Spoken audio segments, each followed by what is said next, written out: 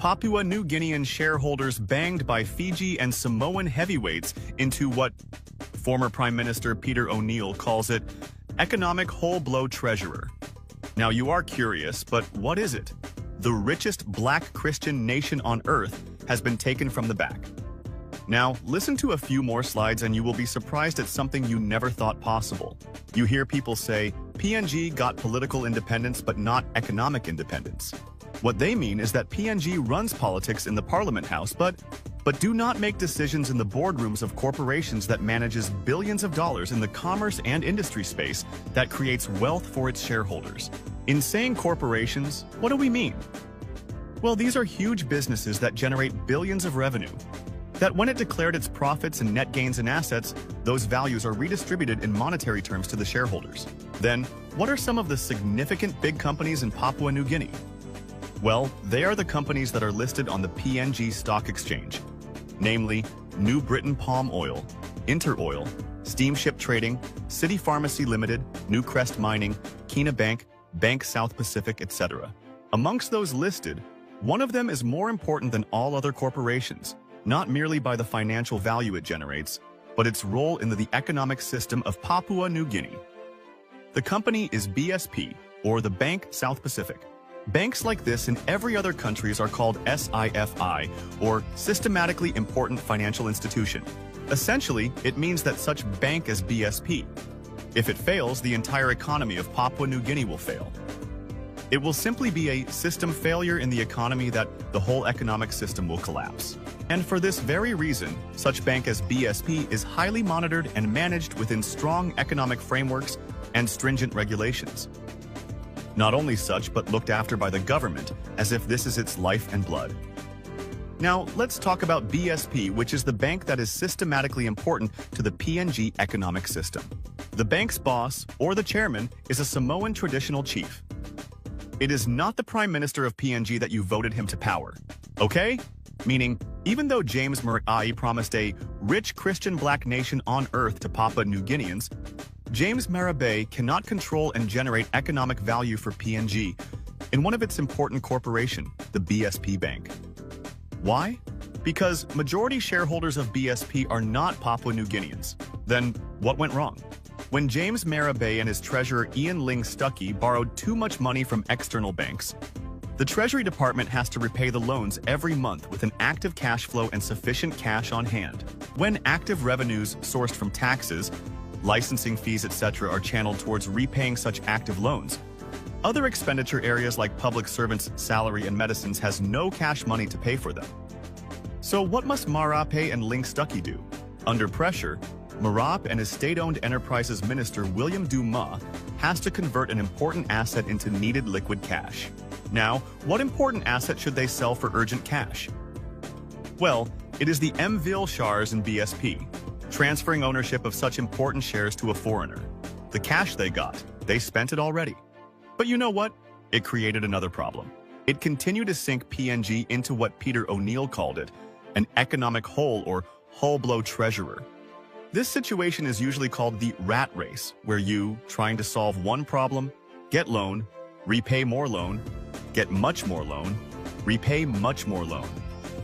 You cannot do anything but sell more assets like the BSP shares, then ended up digging deeper and deeper into a vicious cycle. Going back to the BSP story, now that this systematically important bank is owned by foreigners, every time the bank collects all the money from ordinary Papua New Guineans and makes mega profits, the dividends will be paid to people who are not from PNG, thus making the rich get richer, the poor gets poorer. Not only this, now the economic security of Papua New Guinea is in the hands of foreigners, worsening the economic wows PNG, something that is absolutely opposite of Marape's slogan, Take Back PNG.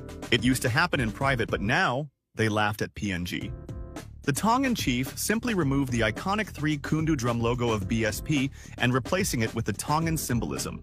But this isn't just about a logo, it's about ownership, identity, and sovereignty. Behind the branding change lies a more concerning shift. The gradual loss of Papua New Guinean control over one of its most important financial institutions. And on how BSP has evolved, you know the story, but evolved to what? Enriching foreigners in a rich Christian nation? Hear this. BSP's roots trace back to the Papua New Guinea Banking Corporation, PNGBC, a 100% government-owned bank that once stood as a pillar of national economic strength. It was a bank for the people, by the people. Over time, however, a series of government-led privatizations saw PNGBC merged into BSP, and with it, a slow erosion of public ownership began. What was once a state-owned bank symbolizing national pride? Why? Ask any economist. BSP is not just any bank. It is a systemically important bank now left vulnerable. You probably heard about the GFC or the global financial crisis of 2008. Almost the American economy and other countries that depended on it collapsed. How did it happen? The bank's significant assets were held by foreigners, and when they rushed to sell it back to Americans, no one was willing to buy, almost collapsing the American economy, causing panic among American citizens. Listen carefully. You think BSP's story is a simple one, but it is not. It holds the savings of our people, uses other people's savings to give loans to businesses and citizens to buy properties, supports imports and exports, conducts businesses and government transactions, holds trust accounts, exchange currencies.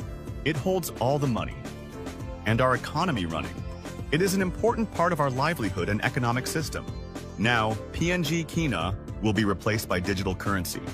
We did a separate video on this and it is on our channel, so check it out. When this happens, your money will be sitting in the bank. You will be carrying only the digital code on your phones. But now, you do not own the bank, so who is looking after your wealth? Not only your money, but your land, house, and car mortgage securities. Think about it. In any country, such an institution would be fiercely protected by the state. In our case, the government failed to do so. Instead of managing its fiscal affairs prudently, the government of Papua New Guinea let go of its stake in BSP. That sale was a move that puts the nation at risk of losing influence over decisions affecting the economy, interest rates, lending practices, and national financial stability. On Post Courier, the Tongan chief, who is also BSP chairman, Robert Bradshaw, in changing the logo, sugarcoated by saying, "The bank is Papua New Guinean owned, and we are taking over the Pacific." Is he telling the truth? Big fat lie. The bank is now majority Fijians and Tongans owned that now showcase their culture on the logo. The change of BSP's logo may seem cosmetic to some, but symbols matter, especially when they reflect the identity of a nation. Usually such decision is made by the board. The board represents shareholders. The controlling shareholders are usually the majority shareholders. Because patriotic Papua New Guineans are not sitting in the boardroom for lack of majority shareholding, this kind or decision that undermines the identity of PNG can easily be made by a simple vote-taking. The former 3 Kundu drums were not just a design choice. They represented unity, culture, and ownership by the people of Papua New Guinea. This is more than a branding exercise. It's a signal of shifting economic power balance. When leadership decisions are no longer grounded in local interests, but are instead influenced by offshore shareholders, the people of Papua New Guinea lose their voice in one of their most vital institutions. Look at China Bank, which remains locally owned and focused on supporting the development goals of Papua New Guinea. This is proof that a well-managed, nationally grounded financial institution can thrive without compromising its identity or sovereignty. If anything, the situation with BSP should be a rallying call to support and strengthen banks like Guinea. The privatization of PNGBC and the gradual loss of BSP to foreign control serve as a strong reminder of the consequences of poor governance, overborrowing, and short-term thinking. We are not just selling shares, we are selling sovereignty, influence, and future security. Thank you for following through. This shows you are a keen learner of what is happening in our country. The more you learn, the better informed person you become, ultimately making appropriate decisions in life. Like, subscribe, and comment if any, and let us explore more content that adds value to our knowledge.